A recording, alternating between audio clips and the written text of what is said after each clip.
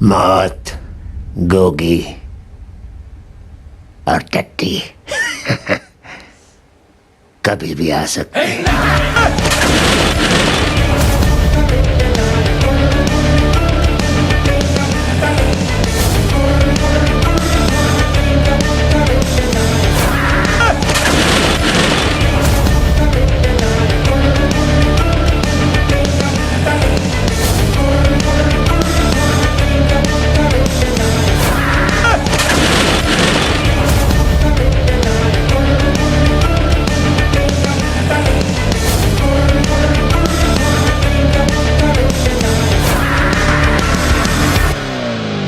दोस्तों, मेहरबानों, कदरदानों, क्या हाल है।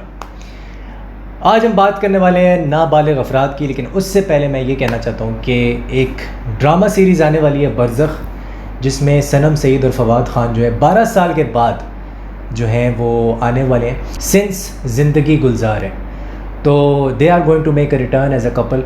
और बरज़ख जो है वो एक ऐसी वेब सीरीज़ है जो कि ज़ी ज़िंदगी पे आएगी, यूट्यूब पे भी आप लोग देख सकते हैं। और 6 एपिसोड्स होंगे इसके। कहा यह जा रहा है कि वीकली 2 एपिसोड्स जो हैं वो रिलीज़ होंगे, 2 एपिसोड्स रिलीज़ होंगे वीकली। एंड ये एक ऐसे बंदे की कहानी है जो कि 76 साल का है, हुंज़ा के अंदर रहता है, अपनी फैमिली को बुलाता है और कहता है कि मैं जो हूँ अपना जो तीसरी शादी है वो मैं करना चाहता हूँ, लेकिन वो जो तीसरी शादी होती है वो एक ऐसी लड़की से होती है जो कि मर चुकी होती है। तो क्या ये किसी लाश से शादी होने वाली है या ये किसी रूह से शादी होने वाली है, ये हमें नहीं पता। एंड बरज़ख जो है इसका मतलब होता है इंग्लिश में परगेटरी, आलम रवा भी बोलते हैं इसको, कि मरने के बाद जहाँ पे सोल्स जाती हैं। सो दैट्स व्हाट बरज़ख मीन्स। नाबालिग अफराद पे अब मैं आ जाता हूँ रिव्यू पे। मैं स्टार्ट करना चाहता हूँ नबील कुरैशी की जो बिल्कुल बेकार किस्म की प्रमोशन थी उसके ऊपर। ये मूवी एक बहुत बड़ी हिट हो सकती थी, ये मूवी एक बहुत अच्छा नंबर गेन कर सकती थी बॉक्स ऑफिस पे। ये वो टिकट है जो कि मैंने नाबालिग अफराद का लिया था 800 रुपये का, ये आप देख सकते हैं 850 रुपये का, 50 रुपये का टैक्स भी था इस पर। तो सिनेमा जाना कोई इतना सस्ता नहीं है पाकिस्तान के अंदर। इस वक्त इस्लामाबाद पिंडी में अगर आप रहते हैं तो ये सेंटोरस में सिर्फ लगी हुई है, बाकी हर जगह से ये उतर चुकी है। सेंटोरस में लगी हुई है, वो भी मुझे नहीं पता कि अभी लगी होगी या नहीं। आप लोग जाके अगर देखना चाहते हैं तो देख सकते हैं, रेकमेंड मैं करूँगा कि आप देखो। लेकिन मसला ये है कि आप हफ्ते पहले जो है ट्रेलर रिलीज़ करते हो। जो नबील कुरैशी साहब हैं जो कि 10 साल से पाकिस्तान की फ़िल्म इंडस्ट्री में काम कर रहे हैं, 2014 में नामालूम अफराद आई, एक्टर इन लॉ बना चुके हैं ये, फिर ये लोड वेडिंग जैसी फिल्म्स बना चुके हैं, खेल खेल में ये बना चुके हैं, काउंटलेस ब्लॉकबस्टर हिट्स ये दे चुके हैं। नामालूम अफराद की जो फ्रेंचाइज़ की जो सीरीज़ है वो आपने देखी होगी कि वो किस तरह से हुआ है। और एक्टर इन लॉ में तो ओमपुरी साहब ने काम किया था, ठीक है, जो बॉलीवुड के बहुत बड़े लेजेंडरी एक्टर थे। सो द थिंग इज़ कि आपने इतना ज़्यादा काम किया है, बट आपने इस मूवी के ऊपर जो प्रमोशन की है वो बिल्कुल माइनस है, मतलब नील बटा नील भी नहीं बोलूँगा मैं, माइनस। अगर आपने इस तरह की ही प्रमोशन करनी थी और आपने 1.5 महीने में विदिन 50 to 60 डेज़, शायद उससे भी कम टाइम में आपने इसकी शूट की है, शायद 45 डेज़ में आपने इसकी शूट की है और आपने फिर फिल्म लगा दी है, तो फिल्म को रिलीज़ करने का क्या फ़ायदा था? क्या ज़रूरी है कि हर फिल्म को ईद के ऊपर रिलीज़ किया जाए? मुझे तो पहले ये नहीं समझ आती। हम पाकिस्तानी फ़िल्म्स को सपोर्ट करना चाहते हैं, बट द थिंग इज़ कि जो पाकिस्तानी फ़िल्म्स हैं वो बज़ाते ख़ुद अपनी प्रमोशन इतनी शिट किस्म की करती हैं कि अगर मूवी अच्छी भी हो तो किसी को भी पता नहीं लगता कि भाई मूवी सिनेमा में लगी हुई है। किसको पता है कि नाबालिग अफराद सिनेमा में लगी हुई है? किसी को नहीं पता, क्योंकि ना इन्होंने कहीं इंटरव्यूज़ दिए, ना ये कहीं गए, ना इन्होंने कोई पॉडकास्ट किए उमरो आयार की तरह। अब उमरो आयार ने इतनी प्रमोशन की तब जाके उनका 10 से 15 करोड़ हुआ है, और इसने कितना किया अभी तक? तकरीबन 3 करोड़ या 3.5 करोड़, और अभी 2 हफ्ते होने वाले हैं, तकरीबन 3.5 करोड़ हुआ है आई थिंक, और सेकेंड वीक ख़त्म हो चुका है। सो प्रमोशन पे तो बिल्कुल ज़ीरो है, ये कोई फ़ायदा नहीं है इसका। और एक्टिंग वाइज अगर मैं बात करूँ तो जो इसमें जितने भी एक्टर्स थे, समर जाफरी हो गए, आशिर वजाहत हो गए, और एहतशामुद्दीन, सलीम मिराज, अदील अमजद, फिर इसमें रहमा अहमद भी थी और इसमें आरजू भी थी। उनके भी जो कैरेक्टर्स थे, जो कैरेक्टर आर्क था वो दैट वाज प्रिटी गुड। मतलब कैरेक्टर आर्क से मुझे मसला नहीं है, मुझे स्टोरी से भी इतना ज़्यादा प्रॉब्लम नहीं है, स्टोरी वॉज गुड, मुझे अच्छी लगी स्टोरी। इसमें कॉमिक टाइमिंग अच्छी थी, पंचेस थोड़े कम थे, पंचेस अगर थोड़े ज़्यादा होते, टाइमिंग अच्छी थी बट पंचेस कम थे, कॉमिक पंचेस। जिस पे आप ये कह सकते हो कि यार इंसान जो है लोट पोट के हंसना शुरू हो जाए, वो वाली चीज़ नहीं थी। बट हाँ, आप फिल्म में हंसते हो, it's a good comedy action movie. लेकिन जो कहानी थी, जो डायरेक्शन थी, उसके ऊपर आपने रंग नहीं लगाए, उसके ऊपर आपने कोई ऐसा फेस नहीं था कि यार जिसको देख के बंदा कहे कि यार मैं इस मूवी की तरफ पुल हूँ, और आप लोगों को सिनेमा की तरफ पुल कर सको, क्योंकि लोगों को सिनेमा की तरफ पुल करना भी एक आर्ट है। तो इस मूवी में ऐसा कोई फेस नहीं है। और हाँ, स्पॉइलर अलर्ट, अगर आपने नई मूवी देखी तो आप इससे आगे मत देखना। फ़ाहद मुस्तफ़ा का कैमियो होता है, but that cameo for me was not impactful. I know कि फ़ाहद मुस्तफ़ा की एक स्क्रीन प्रेजेंस नेक्स्ट लेवल की है, हुमायूं सईद की भी बहुत अच्छी है, फवाद ख़ान की भी बहुत अच्छी है, और इस मूवी में भी सिंघम टाइप की एक एंट्री हुई, और वो फ़ाहद मुस्तफ़ा ने वो सिंघम टाइप की एक एंट्री की। कायद-ए-आज़म ज़िंदाबाद में जो उनका कैरेक्टर था वही आके इसमें जो है वो एंट्री मारता है। गुलाब का कैरेक्टर तो नहीं था, बट उसी टाइप का कैरेक्टर था। बट कहने का मकसद मेरा ये था कि वो फीका था, वो इम्पैक्टफुल नहीं था उतना जितना वो होना चाहिए था। इस मूवी को अगर किसी चीज़ ने बचाया है तो वो समर जाफरी और आशिर वजाहत और अदील अमजद की जो एक्टिंग है उन्होंने बचाया, और जो इसमें कैमियोज़ हैं एहतिशामुद्दीन के और सलीम मिराज के, उन्होंने बचाया है इस मूवी को। नो डाउट इसमें जो आर्ट डिज़ाइन था या जो सेट डिज़ाइन था वो बहुत ही अच्छा था। वो इस मूवी का सबसे ज़्यादा प्लस पॉइंट है।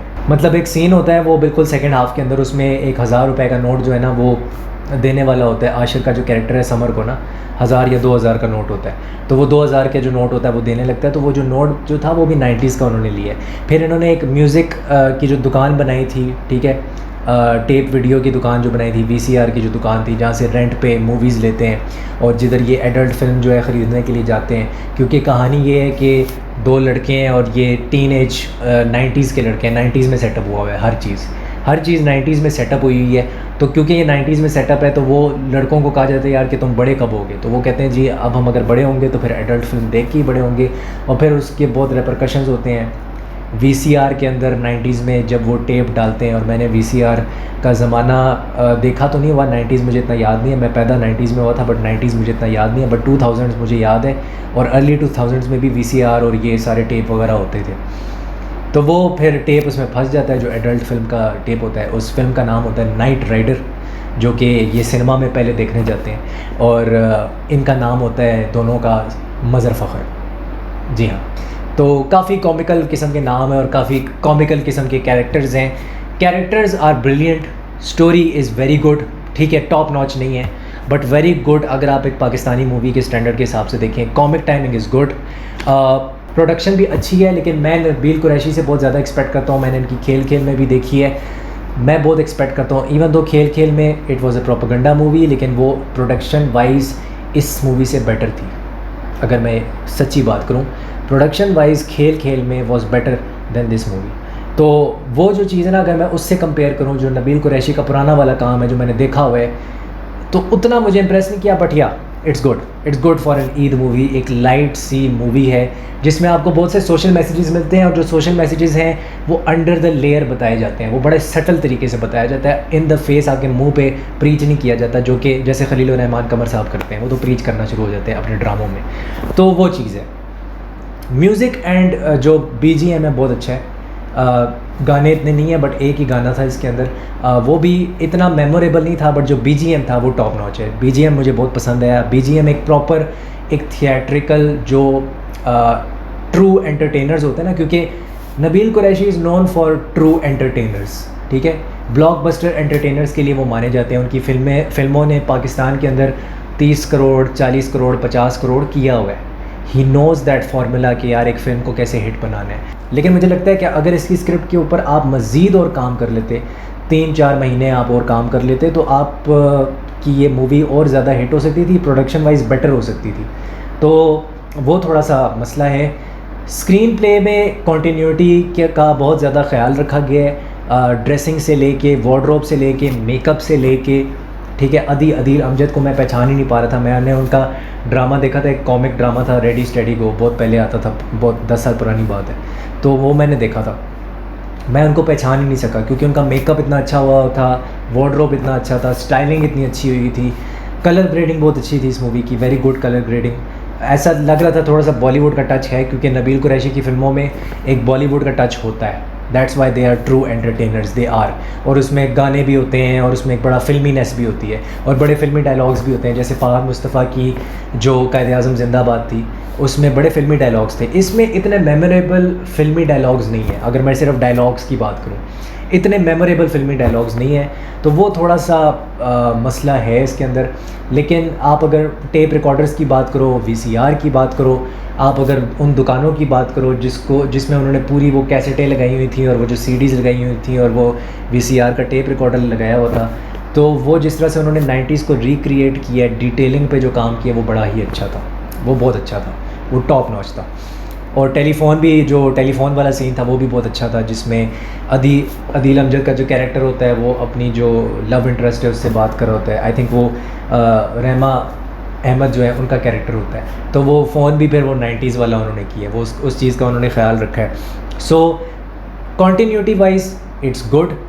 डायरेक्शन में उतनी अच्छी नहीं है जितनी नबील कुरैशी की प्रीवियस फिल्म्स हैं, उतनी अच्छी नहीं है।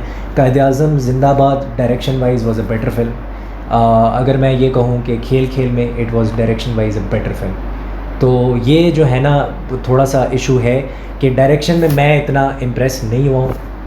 Second half of the film में अगर एडिटिंग आप थोड़ी क्रिस्प कर देते, एडिटिंग अच्छी थी वैसे, लेकिन second half of the movie में आप अगर थोड़ी सी क्रिस्प एडिटिंग कर देते तो 15-20 मिनट की ये और छोटी मज़ीद फिल्म हो सकती थी। फिल्म जो है वो 1 घंटे 40 मिनट की है, तो ये 1 घंटे 20 मिनट की आराम से हो सकती थी। हम हॉलीवुड में अक्सर इतने ही ड्यूरेशन की फिल्म्स देखते हैं और आजकल जो जनरेशन जी है वो ADHD का शिकार होती है, उनको ADHD का मसला होता है, तो वो इतनी लंबी मूवी बैठ के कोई नहीं देखता आजकल। ये वाला सीन है, लोग एपिसोड्स देखते हैं घंटे घंटे के और बस उसके बाद रुक जाते हैं। तो वो वाला जो सीन है ना, ये इसके अंदर एक प्रॉब्लम है कि मूवी थोड़ी सी ड्रैग की गई है। उसमें वो जो एक इमोशनल सीन था आशिर वजाहत का, जब इनकी लड़ाई हो जाती है, against spoiler alert, with summer का जो कैरेक्टर होता है उसके साथ, समर जाफरी के साथ, वो अननेसेसरी था मेरे हिसाब से, वो नहीं करना था। लेकिन एक अच्छा पॉइंट ये है इस मूवी में कि हर चीज़ के अंदर लॉजिक है और हर चीज़ जो है ना किसी लॉजिक के तहत होती है, ठीक है। फॉर एग्ज़ाम्पल अगर VCR में से उन्होंने टेप रिकॉर्डर निकालना है क्योंकि टेप रिकॉर्डर VCR में फंस जाता है, तो उसकी एक लॉजिक है। फिर जो टीचर जो होता है जो या इसके अंदर मानी का जो कैरेक्टर था, जो टीचर होते हैं इन दोनों के, केमिस्ट्री टीचर होते हैं आई थिंक सो, तो spoiler alert, once again spoiler alert. तो वो जो है ना वो इनको सिनेमा में पकड़ लेते हैं एडल्ट मूवी जब ये देखने लग रहे होते हैं। सो वो उनका बड़ा फ़नी कैरेक्टर था, बहुत ही फ़नी कैरेक्टर था। उसके पीछे भी लॉजिक थी कि वो एडमिट कार्ड ले लेते हैं और फिर एडमिट कार्ड के लिए फिर बाद में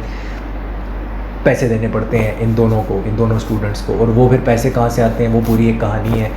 सारा पैसों के ऊपर भी खेल है और थोड़ा सा इसके ऊपर भी खेल है कि जब 90s में एक टीनेजर बड़ा हो रहा था तो वो मॉरली क्या चैलेंजेस होते थे उसको, ठीक है, उसको एक नाबालिग से बालिग अफराद बनने की जो एक कमिंग ऑफ एज वाली स्टोरी है ना, ये वो स्टोरी है, कमिंग ऑफ एज वाली स्टोरी है बेसिकली। तो मेरे ख्याल से ये टारगेट करती है टीनेजर्स को, 90s के बच्चों को, मेरे जैसे जो 90s में पैदा हुए हैं, ठीक है, और पेरेंट्स को, क्योंकि सोशल मैसेजेस तो हैं इसमें, क्योंकि बताया जाता है कि अगर आप ये गलत काम करोगे तो इसकी ये सज़ा हो सकती है और ये रेपरकशंस आपको फेस करने को मिल सकते हैं। तो सोशल मैसेजेस तो हैं इसमें, बड़े अच्छे सोशल मैसेजेस हैं। तो ये थोड़े से प्रोज भी हैं इस मूवी के अंदर, थोड़े से कॉन्स भी हैं, ठीक है, हर मूवी के अंदर होते हैं प्रोज और कॉन्स। मुझे सेकेंड हाफ ड्रैग लगा, कुछ लोग जब सिनेमा से बाहर निकल रहे थे कह रहे थे सेकेंड हाफ बड़ा तगड़ा था, कुछ लोगों का ओपिनियन ये था। तो मेरा तो ओपिनियन ये है कि सेकेंड हाफ ने थोड़ा सा मूवी को डिप कर दिया और मूवी डिप हुई है सेकेंड हाफ में, मुझे थोड़ा सा फील हुआ है because of the longevity and the duration of the film. Crisp और कट सकती थी, और जहाँ पे मूवी को आपने उठाना था ना, आपने उसको उठाने की कोशिश की with the Fahadh Mustafa cameo, because he was the biggest star in the movie. उसके कैमियो से आपने उठाने की कोशिश की, बट इवन फ़ाहद मुस्तफ़ा भी उस फिल्म को उठा नहीं सके। तो वो उठाना जो था ना, मूवी का जो ग्राफ था, वो जो क्लाइमैक्स देना था ग्रैंड किस्म का, वो नबील कुरैशी इस मूवी में नहीं दे पाए हैं। So that has been something जो कि एक बड़ा ही मुझे अफसोस है ये कहते हुए, क्योंकि मैं नबील कुरैशी का एज अ डायरेक्टर फ़ैन हूँ और मैं 10 साल से उनका काम देख रहा हूँ कंटिन्यूसली। मैंने सारी मूवीज़ देखी हैं, लोड वेडिंग भी देखी है मैंने। तो मैं डिसअपॉइंटेड था थोड़ा सा डायरेक्शन वाइज और प्रोडक्शन वाइज। लेकिन जहाँ तक 90s को क्रिएट करने वाली बात है, जो 90s की गाड़ियाँ थी वो भी थी, और 90s की जो मोटरसाइकिल्स थी उसको भी रिक्रिएट किया गया। तो वो जहाँ तक उसका ताल्लुक़ है ना, वो बहुत ही अच्छा था। एहतशामुद्दीन को हमने देखा है काबली पुलाव में, और इधर जो है वो फादर बने हुए होते हैं इन दोनों के, ये जो दोनों लड़के हैं, तो उनकी भी बहुत ही कमाल की एक्टिंग थी। और एहतशामुद्दीन जो है ना, वो एक छलावे की तरह है, वो किसी भी कैरेक्टर में ना पानी की तरह ढल जाते हैं। तो मेरे तो वो बहुत ही फेवरेट हैं। और उनकी जो सुपरस्टार थी मूवी जो उन्होंने डायरेक्ट की थी, डायरेक्टर भी बहुत बड़े हैं वो, he is a great director as well. तो मज़ा आता है उनका काम देख के, जब भी वो किसी फिल्म में आते हैं और कोई रोल करते हैं। तो अगर मेरे से आप पूछो कि बेस्ट एक्टर कौन था, मैं समर जाफरी को कहूँगा, बेस्ट एक्टर वो थे। सेकंड पे अदी के साथ जाऊँगा, और थर्ड पे मैं वजाहत के साथ जाऊँगा। और उसके बाद फिर ये आ जाते हैं अपने सलीम मराज साहब। सलीम मराज साहब का भी बहुत अच्छा कैरेक्टर था कि जो दुकान होती है, क्या कहते हैं, वीडियो की दुकान होती है, जहाँ से ये एडल्ट मूवी लेने के लिए जा रहे होते हैं। तो सलीम मराज ने जो एक कॉमिकल संजय दत्त के फ़ैन वाली, एक डाई हार्ड फ़ैन वाली जो एक एक्टिंग की है ना, उसमें उनका कैरेक्टर पोर्ट्रे जो किया हुआ है, डाई हार्ड फ़ैन होता है और वो उसका मालिक होता है उस पूरी वीडियो की जो दुकान का, कैसेट की दुकान का। तो वो बहुत ही कमाल था। ट्रूली शोज़ के he is a legendary theatre actor, और कहा जाता है कि पाकिस्तान के नवाजुद्दीन सिद्दीकी भी हैं वो। सो मूवी देख के अगर आप ये मेरे से पूछो कि कैसा लगा मुझे, it was a thorough entertainer, yes. लेकिन इस मूवी में काफ़ी सारी कमियां थीं, और सबसे बड़ी कमी ये थी कि प्रमोशन बहुत ही घटिया तरीके से की गई है। तो वो एक मसला है।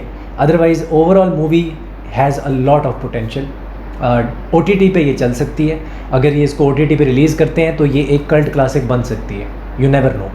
तो ये मेरा रिव्यू था आज का। अगर आपको ये रिव्यू पसंद आया तो please do let me know कि आप इसके बारे में क्या सोचते हैं, और आपको मूवी अगर आपने देखी है तो आपको कैसी लगी, मुझे ज़रूर बताना। और बाकी जो है आप किस और मूवी का रिव्यू जो है वो देखना चाहते हैं, do let me know. Meerab जो है वो हमारे साथ नहीं आ सकी unfortunately, because she could not watch the movie. तो ये वो वजह थी। बाकी ये है कि चैनल को लाइक, शेयर और सब्सक्राइब करना। हस्तला विस्ता।